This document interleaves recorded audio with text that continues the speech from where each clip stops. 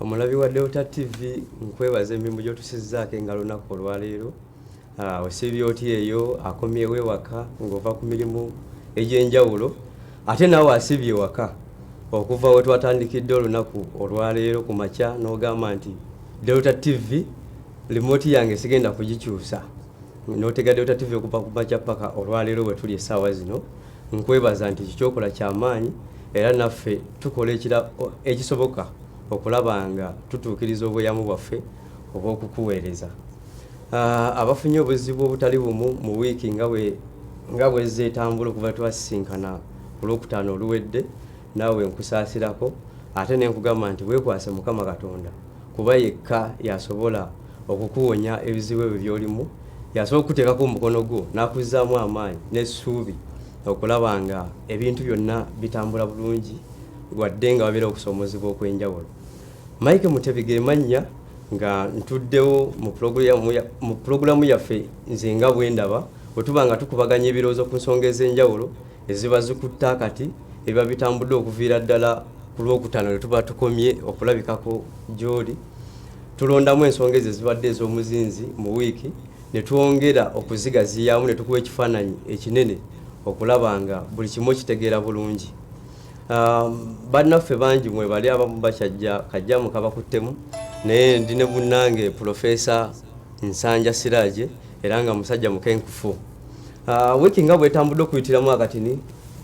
olunaku lw'eggulo Dr. Stella Nyanzi ebimu ku bikutta akati yejjerezeddwa emisango omuli egy'okukozesa obubi emitimbagano n'okunyiiza oba okulebula omukulembeze w'eggwanga. Jjukira nti emisango egyo baali bagimuvunaana era ne bamusalira emyezi 18 naye yagenda mu kkooti esingako n'ajulira olunaku lw'eggulo ne bagusala n'aguwuuta buva. Mu wiiki y'emu tulabye omubaka wa Kyaddondo East Robert Kyagulanyi Ssentamu yategeezaamu agenda kuttukiza consultative meeting z'abadde ateekateeka. Jjukira nti gye buvuddeko bagenda ne bamuyimiriza, poliisi ne muyimiriza ng'egamba nti erina bye yeetaatuukiriza yava ku mateeka n'agenda akola ebibye. So bamuyimiriza mu nteekateeka eyo naye era gye buvuddeko baafuna olukuŋŋaana ne poliisi n'akakiiko k'ebyokulonda okulaba engeri gye basobola okwewala okukoonagana okwo n'okutaputa etteeka buli omu n'ategeera nti nnyina kukola kino oba kukola kino okulaba nga bateekawo harmony buli kitongole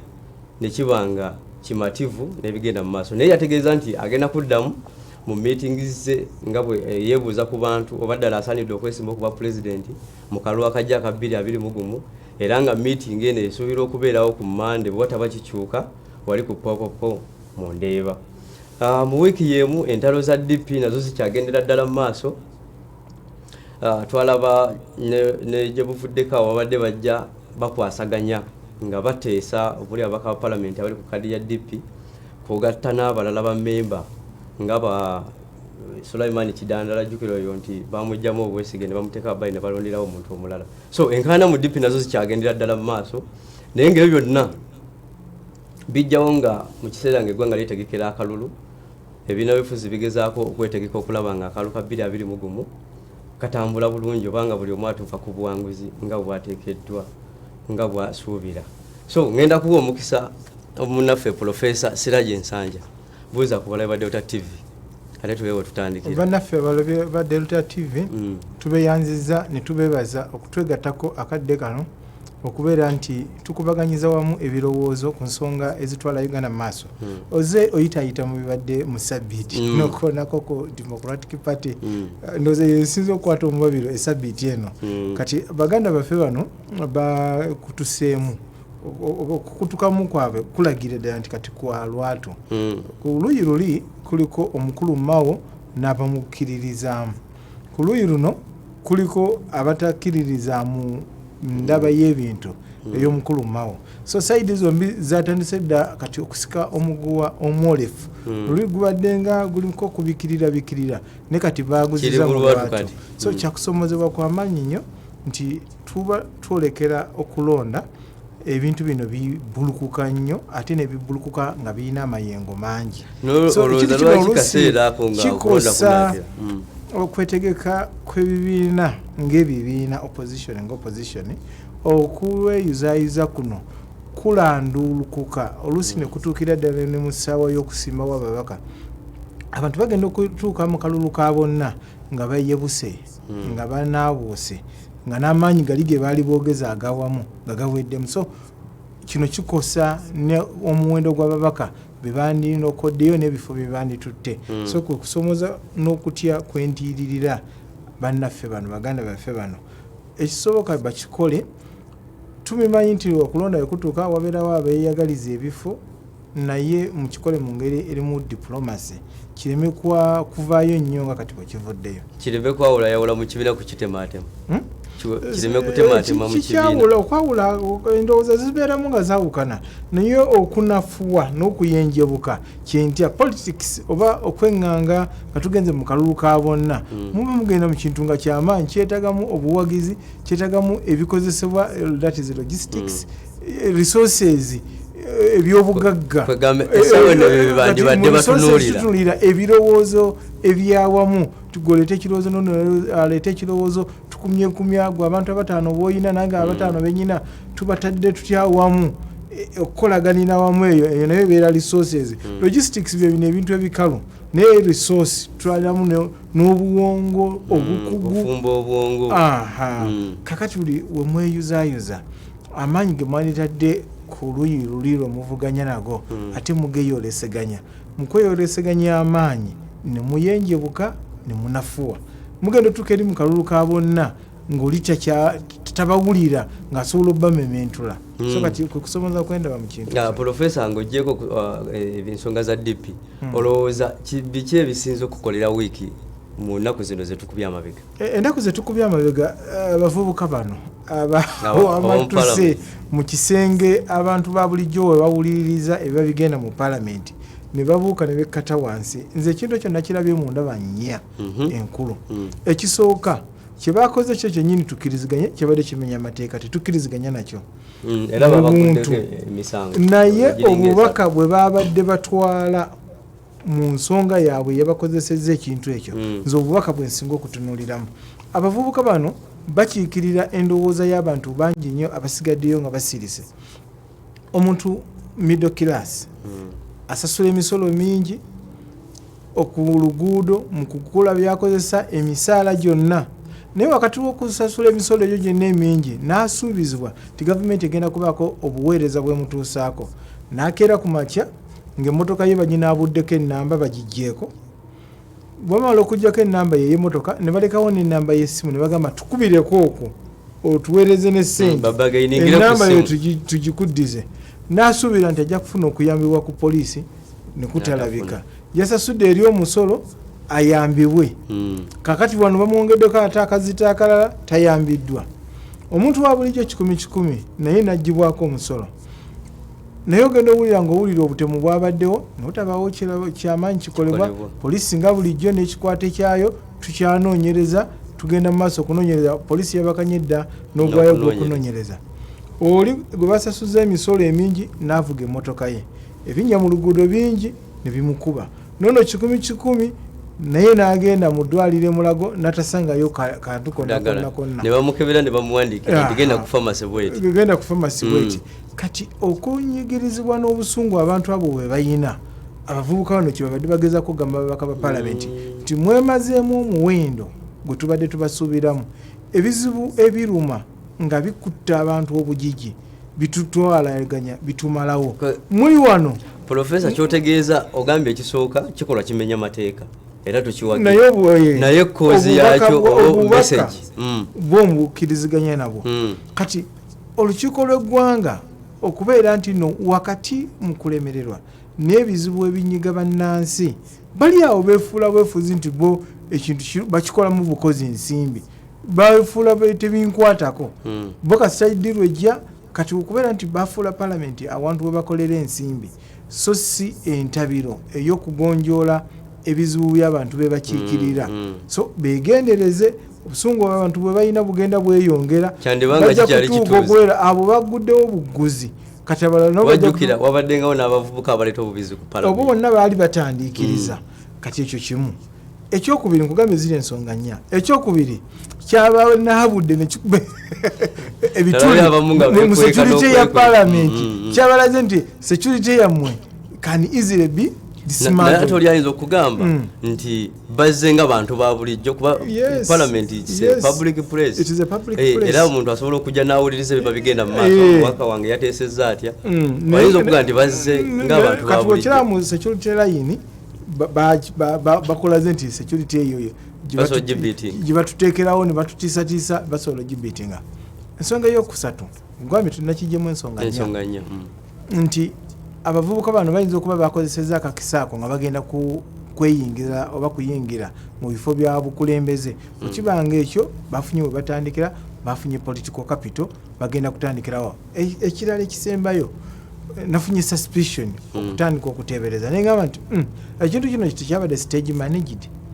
oba ekiteeketeeke lwaki olukiiko lwagenze mu maaso ng'ate babadde bamaze okufuna ensasagge bandisinziddeko ekyo ne bagamba nange olw'ebibaddewo buli omu abirabye ebibadde mu musana tukome wano tusooke tuddeyo tunaakomawo enkya balabye nga tebakirabamu nnyo buzibu kuba abantu ba intruders baba bakutte ne babakwasa ab'ebyokwerinda ku palamenti n'ekirala abantu baffe abali mu palamenti balina okweyisa ng'ekitiibwa kye babawa ekiyita honorable members of parliament naye okweyisa dishonorable okwetikkulako n'okweyambulamu ekitiibwa ekyo nakyo tekijja nalabye kamera zaalaze omubaka omu ng'awumiza omu ku bavubuka bano eŋŋuumi so ebintu ebyo tebisaana mu lukiiko lwa palamenti eyo endaba yeeno ewaffe ku 10-10 ku street mob mentality okutwalira amateeka mu ngalo so singa ekintu ekyo kirondoolwa omubaka oyo yasaana omusango gwennyini si kibasobola bandibadde bibiina bino ebirwanirira eddembe ly'abantu tebivuddeeyo omutuuze sekinoomu asobola omuggulako emusango so honorable tosuubirwa kukola bintu ebyo kuba bikonde ebyo babiyitanga mawokota obeera honorable tosuubirwa kukola ekyo ensi eraba tulina abaana bato abali mu masomero balaba ngaokola ebintu bwebityo mu palamenti kuba abantu bikonde so ekyo kyekimu ate kyabadde lowest moment mu nsasagge mpezi n'akalala njagala okoneko katini nnyo nga tetunagenda ku topiki z'olwaleero yokoneko katini ku kya abaka palamenti abalemereddwa okujjamu obwesige minisita okugoba minisita jjukira ababaka nga bakulemberwa mbwetekamwa bavaayo ne Latifu Sebaggala bakasibante Moses Alan Sewanyana nga bagala okujja obwesige mu minisita w'ensonga z'ebyokwerinda General Eritu Mwine nga bagamba nti enneeyisa y'ensi nnungi ekyokubiri yabalemesa okugenda okulambula safe houses jjukira baali bagamba nti waliyo abantu abatulugunyizibwa era waliwo n'abajjako mu palamenti gye buvuddeko so nga bagamba nti engeri gye yabalemesa okukyalira safe houses ezo balabe ebirimu ddala kitegeeza waliwo ekintu ekikusike ate n'ekyokubiri nti nenneeyisa yo mu palamenti abadde nga abatiisatiisa abamu babadde bagamba babatiisatiisa ababaka ne batandikawo enteekateeka eyo y'okusayininga emikono badde betaganga 2 oba 10 nga 8 awo okulaba nga ekiteeso kyabwe kikola kiyita naye wiiki y'emu mbwatekamwa najjayo ekirowoozo kingagamba nti ababaka balabika tebagenda kuwera era n'agamba nti mu palamenti temuli opposition nga tetunaba kugenda kukyagamba nti mu palamenti oba mu lukiiko temulimu opposition oba opposition tukiteeke mu mitendera esatu